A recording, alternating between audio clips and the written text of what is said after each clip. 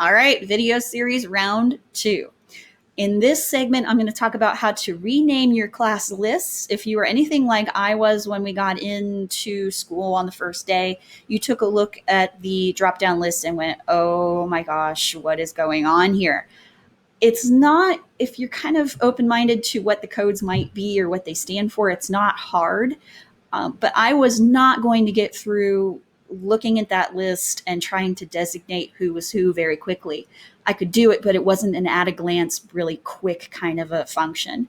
So when you're doing this, there are my brain sorts things into groups to make it simpler for me to understand. There are 3 levels of information as far as how Unified Classroom organizes access. The first level is what you can manipulate as a teacher in your own private dashboard.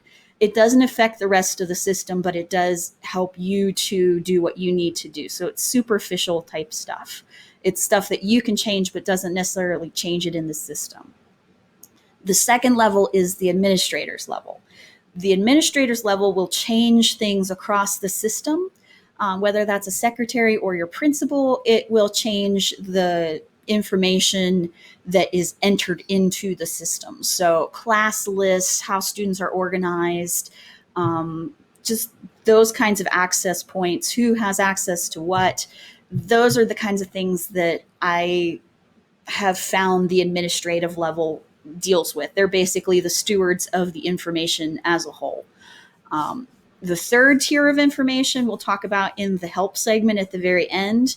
That's going to be what Power School manages. Basically, the programming. Is the programming going to be something that is the basis of the problem, or is it just the user functions? So I'll talk about that later on at the last segment about where you get help, because depending on your problem, that will steer where you go to look for that. As far as the class lists go, though, what you see in the drop-down box, since I'm the art teacher at the elementary school, I deal with a lot of classes. I see 500 students on a weekly basis every 4 days.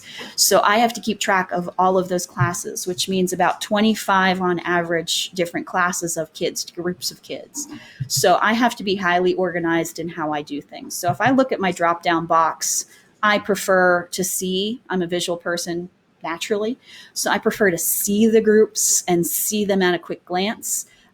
For some reason, all of my day ones probably at the administrative level of information. These are the kids that I have on that rotation day. So those are the ones that come first in the list.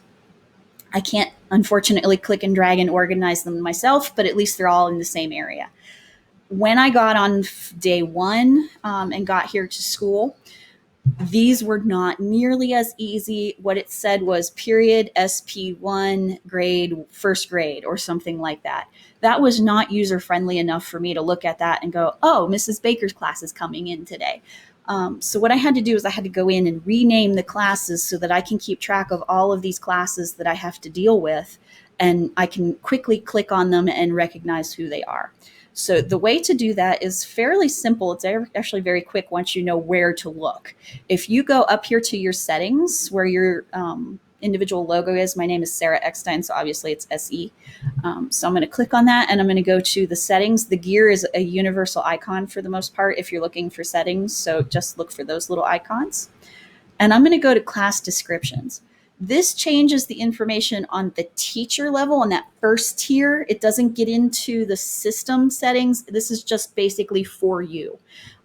It won't show across to anything else. It's just for you and your function. So if you take a look, there are all kinds of descriptions of this class that the administration has entered. This is where you can make it happen. So if I change and I decide all I want is I want her class code, Mrs. Baker's class code, to be the only thing that displays.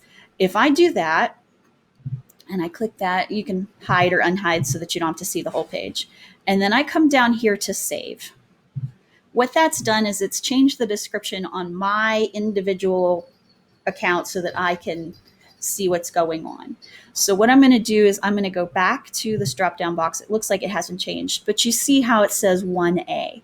So 1A is going to be the class description. Now I prefer to have that back the way it was. So I'm going to click on this.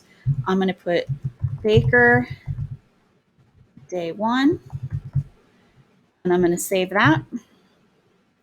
And that just makes it easy recognizable so that I can go to this drop down box and I don't have to guess whether I have the right first grade on the right day. I can just say, oh, this is the one I'm looking for.